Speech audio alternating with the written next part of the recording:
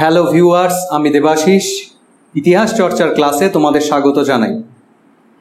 1789 খ্রিস্টাব্দের যে ফরাসি বিপ্লব তা নিয়ে আমি আলোচনা শুরু করেছিলাম।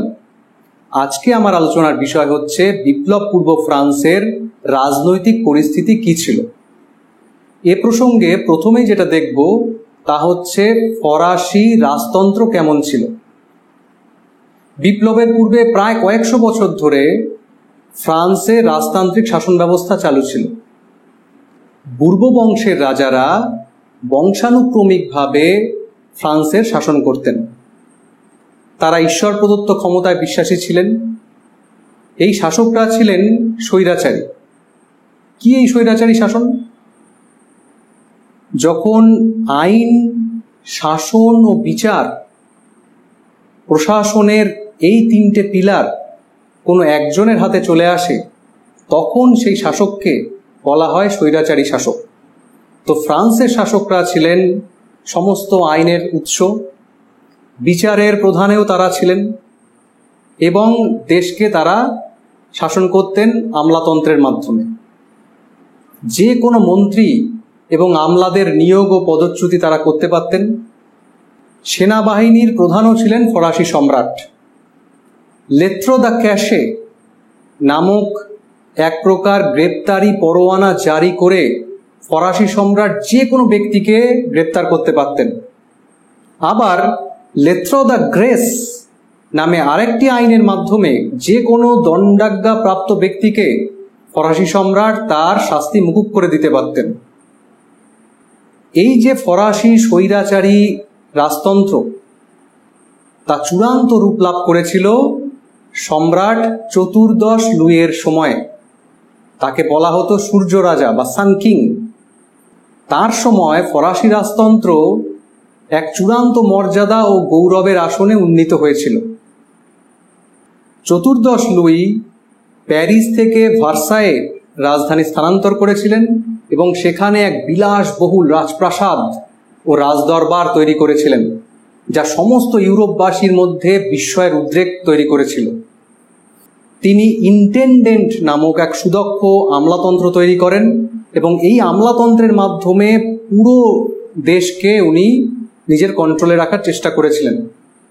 কিন্তু এই চতুর্দশ লুইয়ের সময় দেখা গেল যে বিভিন্ন প্রশাসনিক পদ অর্থের বিনিময়ে বিক্রি করা হচ্ছে এবং সেই পদগুলো যারা কিনছেন তাদেরকে বলা হচ্ছে পোশাকি অভিজাত, মানে একটি নতুন রাজার অনুগত অভিজাত গোষ্ঠী তৈরি করার চেষ্টা করা হয়েছিল। এতে ফ্রান্সের যে অর্থনৈতিক ভারসাম্য সেটা কিন্তু অনেকটাই বিনষ্ট হয়েছিল। তাছাড়া চতুর্দশ লুই দীর্ঘদিনের অভিজাতদের যে বিশেষ সুযোগ সুবিধা তা কিন্তু তিনি বাতিল করেননি। ফলে রাজতন্ত্রের এই যে গৌরব, এই যে মর্যাদা, এই যে বাহ্যিক চাকচিক্য সেটা থাকলেও অভ্যন্তরীণ ক্ষেত্রে অ্যাডমিনিস্ট্রেশনকে একটা সুসংহত রূপ কিন্তু উনি দিয়ে যেতে পারেননি। এর উপর যেটা উনি করেছিলেন যে ইউরোপে একাধিক যুদ্ধে উনি জড়িয়ে পড়ে প্রচুর অর্থ ব্যয় করেছিলেন। এর ফলে ফরাসি রাজকোষও কিন্তু দুর্বল হয়ে পড়তে শুরু করেছিল ওনার সময় থেকে।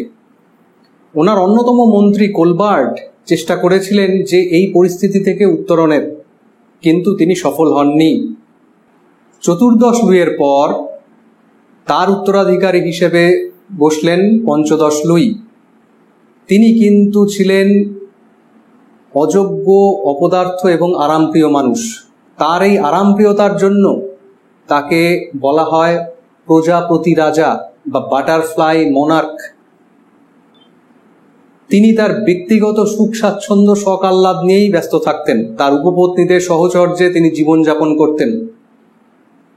এর ফলে দেখা গেল যে প্রশাসনিক ব্যবস্থা এক চূড়ান্ত বিশৃঙ্খলা তৈরি হচ্ছে। অভিজাতরা তাদের নিজস্ব স্বার্থ সিদ্ধি করার জন্য অ্যাডমিনিস্ট্রেশনকে নিজের মতন করে কাজে লাগাচ্ছে। পঞ্চদশ লুই জীবনের শেষ পর্যায়ে এসে উপলব্ধি করতে পারলেন যে ফরাসি রাজতন্ত্র যেদিকে এগোচ্ছে তার আয়ু কিন্তু দীর্ঘস্থায়ী হবে না। তাই উনি আক্ষেপের সঙ্গে বলতে বাধ্য হয়েছিলেন যে আমার পরেই আসছে মহাপ্রলয় বা আফটার মি দ্য ডিলিউজ, এই কথা উনি বলেছিলেন। ওনার উত্তরসূরি, ওনার পৌত্র ষোড়শ লুই যখন বসলেন, তখন ফ্রান্সের রাজনৈতিক পরিস্থিতি ও সামাজিক অবস্থা যথেষ্ট অগ্নিগর্ভ। এই সময় দরকার ছিল একজন সুদক্ষ, দূরদৃষ্টি সম্পন্ন এবং বিচক্ষণ শাসকের। কিন্তু দুর্ভাগ্যের যে ষোড়শ লুইয়ের মধ্যে স্বৈরাচারী রাজতন্ত্রের দম্ভ থাকলেও এই গুণের কোনোটাই ছিল না। ওনার দম্ভের বহিঃপ্রকাশ পাওয়া যায় ওনার এক বিখ্যাত উক্তির মাধ্যমে। উনি বলেছিলেন যে আমি যা ইচ্ছা করি তাই আইন। অথচ পরিস্থিতিকে সামাল দেওয়ার যে যোগ্যতা, সেই যোগ্যতার অভাবে ফরাসি রাজতন্ত্র ক্রমশ বিপ্লবের দিকে এগিয়ে গিয়েছিল। তো এই আলোচনার মাধ্যমে আমরা যেটা প্রথম জানলাম সেটা হচ্ছে ফ্রান্সের স্বৈরাচারী রাজতন্ত্র সম্পর্কে। এবার কথা হচ্ছে, এই রাজতন্ত্র কি নিরঙ্কুশ ছিল? মানে এর কোনো লিমিটেশনস ছিল না? এই প্রশ্নের উত্তরে বলা যায় যে ফ্রান্সের এই স্বৈরাচারী রাজতন্ত্র কিন্তু নিরঙ্কুশ ছিল না। চারটি এরকম প্রতিষ্ঠানের কথা বলা যেতে পারে যারা ফ্রান্সের এই রাজতন্ত্রের বাধা স্বরূপ ছিল। সবচেয়ে প্রথমে বলবো চার্চের কথা। ফরাসি চার্চ ফ্রান্সের রাষ্ট্র ব্যবস্থার মধ্যেই একটা অটোনমাস বডি হিসেবে ছিল বা স্বশাসিত সংস্থা হিসেবে ছিল। চার্চের নিজস্ব আইন কানুন ছিল, মানে তারা রাষ্ট্রীয় আইনের ঊর্ধ্বে ছিল। ফরাসি চার্চকে কোনো রাজস্ব প্রদান করতে হতো না। এর আগের দিনের আলোচনাতেই আমি বলেছিলাম যে 1561-এ ফরাসি সম্রাট নবম চার্লস পৈসির চুক্তি করে চার্চের উপর থেকে এই যে তাদের রাজস্ব প্রদানের যে বাধ্যবাধকতা, সেইটা উনি উইথড্র করে নিয়েছিলেন। তাহলে এর মাধ্যমে আমরা কি বুঝতে পারছি যে স্বৈরাচারী রাজতন্ত্রের সাথে প্যারালালি চার্চ একটা নিজস্ব ব্যবস্থা তৈরি করেছিল ফ্রান্সে। এরপর দ্বিতীয় যে প্রতিষ্ঠান, এবং যে প্রতিষ্ঠান স্বৈরাচারী রাজতন্ত্রের নিরঙ্কুশ হয়ে ওঠার পিছনে সবচেয়ে বড় বাধা ছিল, তা হচ্ছে ফরাসি পার্লামো বা পার্লামেন্ট। বিপ্লবের পূর্বে ফ্রান্সে এই রকম প্রায় 13টি পার্লামো বা পার্লামেন্টের অস্তিত্ব ছিল, এবং যার মধ্যে সবচেয়ে ক্ষমতাশালী ছিল প্যারিসের পার্লামেন্ট। কি এই পার্লামো বা পার্লামেন্ট? এগুলো ছিল এক প্রকার উচ্চ আপিল আদালত। লোয়ার কোর্টে যে বিচারগুলো হতো তার এগেনস্টে আপিল করা যেত এই পার্লামোগুলোতে। কিন্তু দেখা গিয়েছিল যে সময়ের সাথে সাথে এই পার্লামোগুলো রাজনৈতিক কর্তৃত্ব ভোগ করছিল। দীর্ঘদিন ধরেই বিশেষ করে প্যারিসের পার্লামেন্ট রাজার যে আদেশ বা অর্ডিন্যান্স, সেই অর্ডিন্যান্স এই পার্লামেন্টে আগে পাশ করতে হতো, তারপর তা কার্যকরী হতো। ফলে দেখা যাচ্ছে যে প্যারিসের পার্লামেন্ট অনেক সময়ই রাজার কোনো আদেশ বা রাজার কোনো আইন তাদের মনের মতো না হলে তারা তা সংশোধনের সুপারিশ করতে পারত বা কিছু অল্টারেশন করতে পারত। এটা কিন্তু একজন স্বৈরাচারী রাজার পক্ষে যথেষ্ট অবমাননাকর ছিল। হ্যাঁ, ফরাসি সম্রাটের হাতে একটা বিশেষ অধিকার ছিল, লিড দ্য জাস্টিস। এই অধিকার বা এই আইন প্রয়োগ করে ফরাসি সম্রাট চাইলে পার্লামোর এই যে আইন বিরোধী মতামত তা অগ্রাহ্য করে রাজা চাইলে আইন পাশ করিয়ে নিতে পারতেন। কিন্তু এই লিড দ্য জাস্টিস যদি বারবার সম্রাট প্রয়োগ করতেন, তাহলে পার্লামো রাজার বিরুদ্ধে স্বৈরাচারী হয়ে ওঠার অভিযোগ এনে জনগণের কাছ থেকে রাজাকে বিচ্ছিন্ন করতে পারতেন। এর ফলে দেখা গেছিল যে ফরাসি সম্রাট সাধারণত লিড দ্য জাস্টিসের প্রয়োগ করতেন না, এবং এই পার্লামো তার বিচারকরা যারা মধ্যবিত্ত শ্রেণী থেকে উঠে এসেছিল এবং একসময় তারা পোশাকি অভিজাততে পরিণত হয়ে বংশ পরম্পরায় এই পার্লামোগুলোর বিচারকের দায়িত্ব পালন করছিল, তারা তাদের কায়েমি স্বার্থকে ধরে রাখার জন্য নানানভাবে রাজকীয় আইনকে প্রয়োগের ক্ষেত্রে বাধা সৃষ্টি করছিল। তৃতীয় যে প্রতিষ্ঠানের কথা বলবো তা হচ্ছে ফ্রান্সের প্রাদেশিক সভা। এ প্রসঙ্গে বলে রাখি যে ফরাসি রাষ্ট্রে দু রকমের প্রদেশের অস্তিত্ব লক্ষ্য করা যায়। একটা হচ্ছে সাম্রাজ্যের কেন্দ্রীয় প্রদেশ, যাকে বলা হয় পেজ দ্য ইলেকশিও, আর একটা হচ্ছে প্রান্ত অঞ্চলের প্রদেশ বা পেজ দাতা। এই প্রান্ত অঞ্চলের প্রদেশগুলো মধ্যযুগ থেকে বিশেষ ক্ষমতা ও সুযোগ সুবিধা ভোগ করছিল। সম্রাটের সঙ্গে তাদের এগ্রিমেন্টই ছিল। ওই সমস্ত প্রান্ত অঞ্চলের প্রদেশের যে কাউন্সিলগুলো, তারা নতুন কোনো কর আরোপ করার সময় রাজার সঙ্গে দর কষাকষি করতে পারতেন বা অনেক কর থেকে তারা নিষ্কৃতিও পেতেন। ওই অঞ্চলগুলোর অ্যাডমিনিস্ট্রেশন তারা নিজেরাই ঠিক করতেন। ফলে দেখা যাচ্ছে যে ফরাসি সম্রাট ওই প্রদেশগুলোর ওপর নিজের কর্তৃত্ব রাখলেও পুরোপুরি কিন্তু কর্তৃত্ব রাখতে পারতেন না। আর চতুর্থ যে প্রতিষ্ঠানের কথা বলবো তা হচ্ছে ফ্রান্সের কেন্দ্রীয় আইনসভা বা প্রতিনিধি সভা, যাকে বলা হয় স্টেটস জেনারেল। এই স্টেটস জেনারেলে ফ্রান্সের সমস্ত স্তরের মানুষ, মানে যাজক, অভিজাত এবং তৃতীয় সম্প্রদায়, সমস্ত সম্প্রদায়ের মানুষ তারা প্রতিনিধিত্ব করতেন। তারা বিভিন্ন বিষয়ে ভোটাভুটি করতেন এবং এই প্রতিনিধি সভার বিশেষ যেটা কাজ ছিল তা হচ্ছে নতুন কোনো কর ধার্য করার সময় এই কেন্দ্রীয় যে প্রতিনিধি সভা বা স্টেটস জেনারেল সেখান থেকে তা পাশ করাতে হতো। যদিও সম্রাট চাইলে এই স্টেটস জেনারেলের অধিবেশন না ডেকে নিজের থেকেই নতুন কর উনি চালু করতে পারতেন। এর ফলে দেখা গিয়েছিল যে 1614 সালের পর থেকে প্রায় 175 বছর এই স্টেটস জেনারেলের অধিবেশন কিন্তু ডাকা হয়নি। তো এই হচ্ছে ফ্রান্সের রাজতন্ত্র। এবং রাজতন্ত্র আদৌ তার যে স্বৈরাচারী ক্ষমতা নিরঙ্কুশভাবে প্রয়োগ করতে পারতেন কিনা তার কিছু সীমাবদ্ধ জায়গা, এটা আমরা প্রথমে দেখলাম। এইবার যেটা দেখার যে এই সময় ফ্রান্সের বিচার ব্যবস্থা কেমন ছিল। বিচার ব্যবস্থা ছিল অত্যন্ত ত্রুটিপূর্ণ, দুর্নীতিপরায়ণ। দীর্ঘদিন লেগে যেত কোনো বিচারের রায় বেরোতে এবং তা ছিল প্রচণ্ড জটিল। এবং সবচেয়ে বড় ত্রুটি যেটা ছিল যে দেশের সর্বত্র একই রকমের আইন কানুন ছিল না। উত্তর ফ্রান্সে স্থানীয় বা জার্মান আইন দ্বারা বিচার চলত এবং দক্ষিণ ফ্রান্সে বিচার চলত রোমান আইন দ্বারা। আইনের যে বিধি তা মূলত লেখা ছিল ল্যাটিন ভাষায়, ফলে সাধারণ মানুষের অনেক সময় তা বোধগম্য হতো না। বিচারের শাস্তি ছিল অত্যন্ত কঠোর এবং অধিকাংশ সময় জরিমানা আরোপ করা হতো। বিচারকরা সেখান থেকে তাদের মুনাফা নেওয়ার চেষ্টা করতেন। এবং দুর্ভাগ্যের যে বিষয়টা ছিল সেটা হচ্ছে এই যে বিচারকরা, যারা অধিকাংশ অভিজাত সম্প্রদায়ের লোক, তারা বংশ পরম্পরায় বিচারক হিসেবে বসতেন।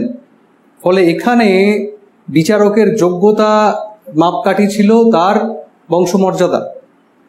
এবং যে উচ্চ আদালত, উচ্চ আপিল আদালতের কথা আমি বললাম, ফরাসি পার্লামেন্ট বা পার্লামেন্টগুলো, তার বিচারকরাও যদিও তারা এসছিলেন কিন্তু উচ্চ বুর্জোয়াদের থেকে, কিন্তু তারাও ওই সমস্ত পদগুলো কিনে নিয়ে অভিজাতদের মর্যাদাতেই ভূষিত হয়েছিলেন, যাদেরকে বলা হচ্ছে পোশাকি অভিজাত, এবং তারাও এখানে বংশ পরম্পরায় ওই অধিকার ভোগ করছিলেন। ফলে এইরকম পরিস্থিতিতে সাধারণ নাগরিকরা যে সুবিচার পাবে না এটাই স্বাভাবিক ছিল। এরপর যে গুরুত্বপূর্ণ বিষয়টা দেখব তা হচ্ছে ফ্রান্সের রাজস্ব ব্যবস্থা কেমন ছিল। তোমরা জানো যে একটা রাষ্ট্র তার কি খরচ হবে তার জন্য একটা বাজেট তৈরি করে, কিন্তু জানলে অবাক হবে যে ফ্রান্সের রাজপরিবার এই ধরনের কোনো বাজেটে তারা অভ্যস্ত ছিলেন না। পুরোপুরি অনুমানের ওপর খরচ করা হতো। এর যে ভয়ঙ্কর পরিণতি তা হচ্ছে প্রত্যেকবার যে অতিরিক্ত খরচ তার বোঝা গিয়ে পড়তো পরবর্তী বছরের ওপর, এবং এটা উত্তরোত্তর বেড়েই চলছিল। একটা দেশের ট্যাক্সেশনের যে কমন ল, সাধারণ নিয়ম, তা কি, যার ক্ষমতা বেশি সে বেশি পরিমাণে ট্যাক্স দেবে, খুব স্বাভাবিক। কিন্তু ফ্রান্সে ছিল তার উল্টোটাই।